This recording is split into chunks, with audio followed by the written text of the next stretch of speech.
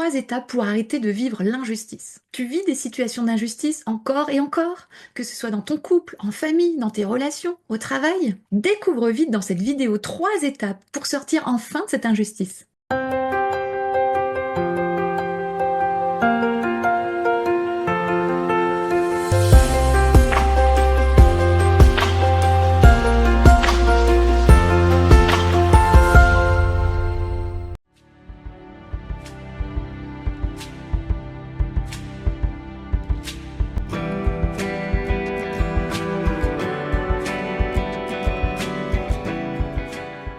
Ah, l'injustice. Je connais tellement bien ce sujet. C'était vraiment ce que je vivais dans mon quotidien pendant plus de 30 ans de ma vie.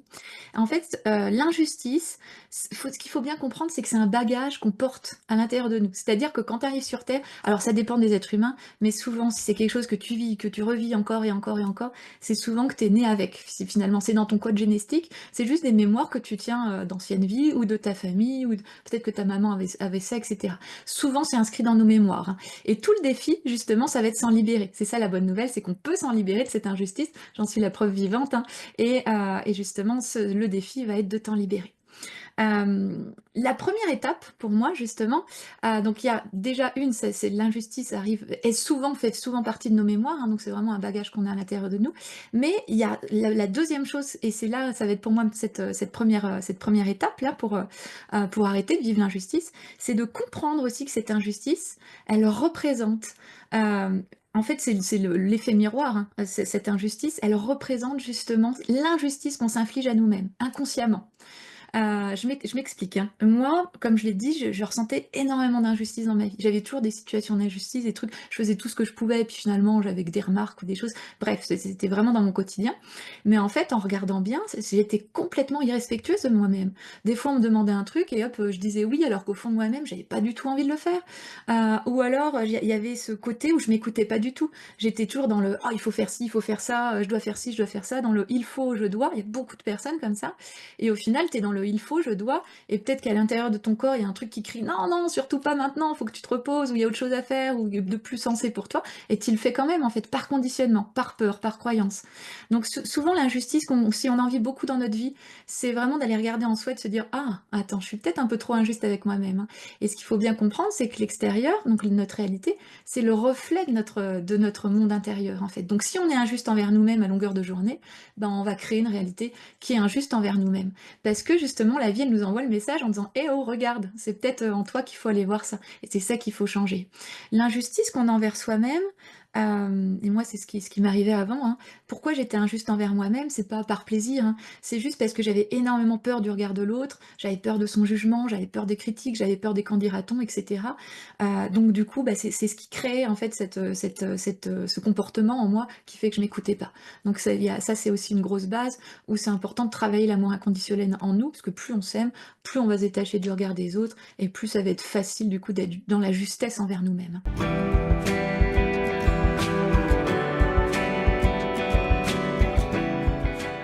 Alors pour moi, c'est la première chose essentielle, c'est de prendre conscience qu'on est acteur totalement de sa vie. C'est-à-dire qu'on est 100% responsable de sa vie et de son bonheur. Il y a personne d'autre qui est responsable de ton bonheur, il y a que toi qui es responsable de ton bonheur. Ça, c'est vraiment la première chose à comprendre.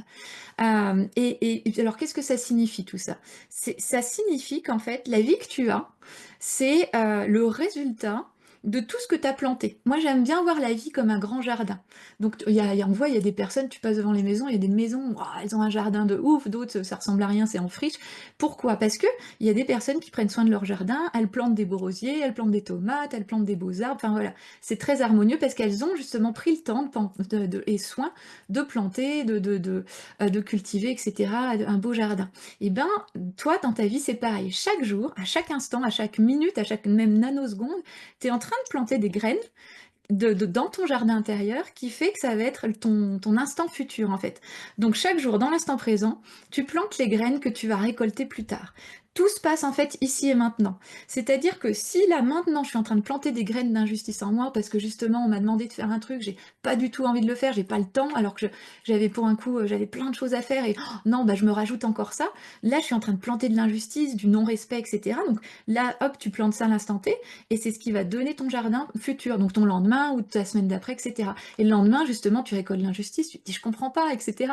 Parce que justement à longueur de journée la majorité des gens bah, plantent justement tout ce qu'ils veulent pas vivre dans leur vie et ils récoltent ça en fait. Donc ça c'est important de comprendre ça et c'est pour ça que je dis que tu es vraiment pleinement acteur de ta vie parce que si tu arrêtes de planter de l'injustice, tu arrêtes de planter de la colère ou du non-respect ou ce genre de choses à l'instant T, mais qu'à la place tu plantes de la gratitude, de la joie, de la paix, du bonheur, et ben c'est ce que tu vas récolter en fait. Donc on peut vraiment changer notre jardin à tout moment de la journée. Donc là la première des choses c'est vraiment de comprendre ça et de comprendre que bah, le tout, c'est de planter d'autres graines. Comme je dis toujours, si tu plantes du potiron, tu auras du potiron. Et si tu te dis, ah, j'en ai marre du potiron et que tu continues d'en planter, bah, tu vas continuer d'en récolter. C'est important à un moment de changer ce qu'on va planter dans notre vie.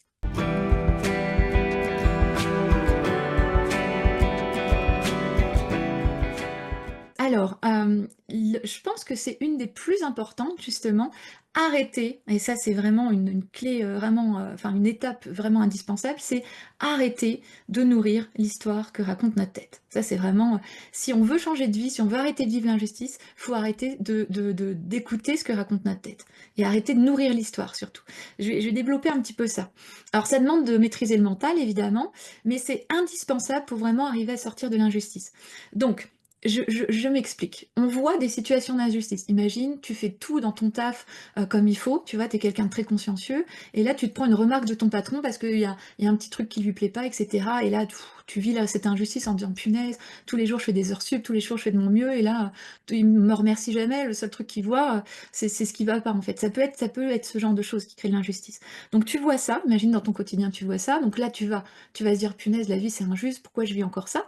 Donc à ce moment-là, tu y crois, tu crois à cette injustice puisque tu es en train de la vivre. Comme tu y crois à cette injustice, tu continues de la projeter en fait.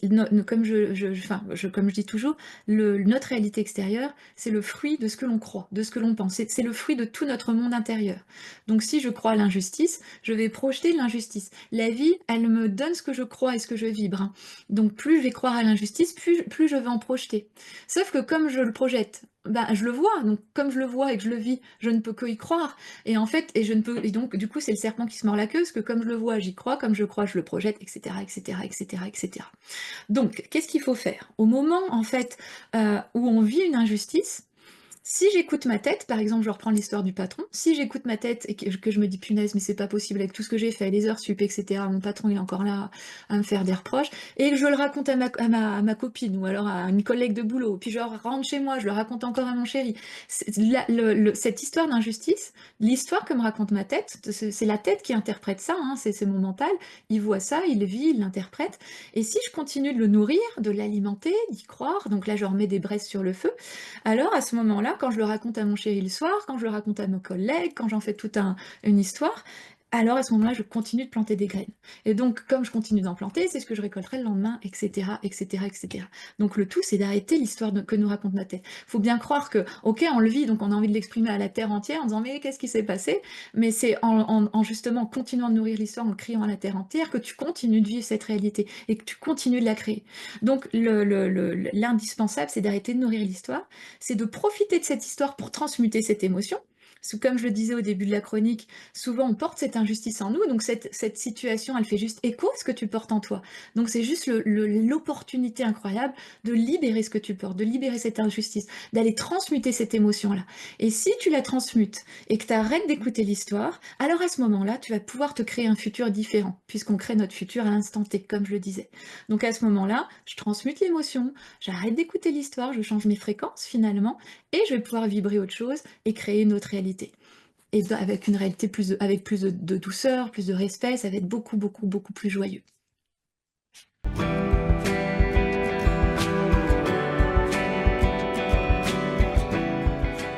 Ah, bah alors ça, c'est que de la joie.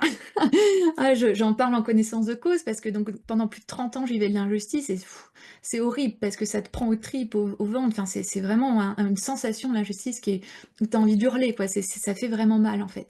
Une fois que tu en sors, de cette injustice, à force de faire ce que je viens de dire, tu en sors, hein, et qu'est-ce qui arrive à la place? Une grande tranquillité d'esprit. Parce que quand tu as de l'injustice, tu regardes, tu cogites sans arrêt, sans arrêt, sans arrêt, sans arrêt. Qu'est-ce que j'aurais pu faire d'autre, etc.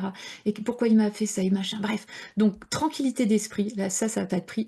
Des relations apaisées, parce que souvent, bah, l'injustice, tu la vis à travers les relations, et ça crée des conflits, des guerres froides, enfin, des choses pas cool.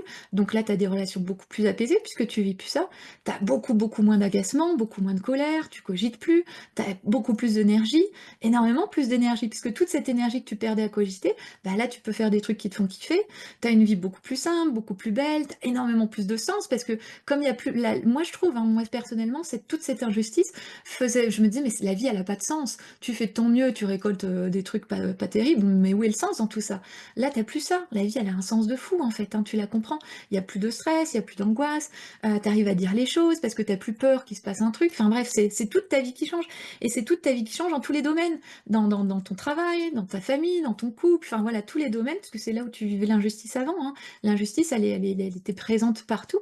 Et là, c'est comme si tu étais en vacances, en fait, à longueur de journée. Quand tu as connu l'injustice et que tu la connais plus après, tu te dis, mais qu'est-ce que la vie, elle est belle. En fait, ce que tu ressentais avant avec cette injustice, là, ça y est, tu découvres cette vie légère que tu ressentais au fond de toi-même, mais que tu vivais jamais et que ça t'énervait. Là, ça y est, tu la vis, en fait. Donc, c'est juste trop bien.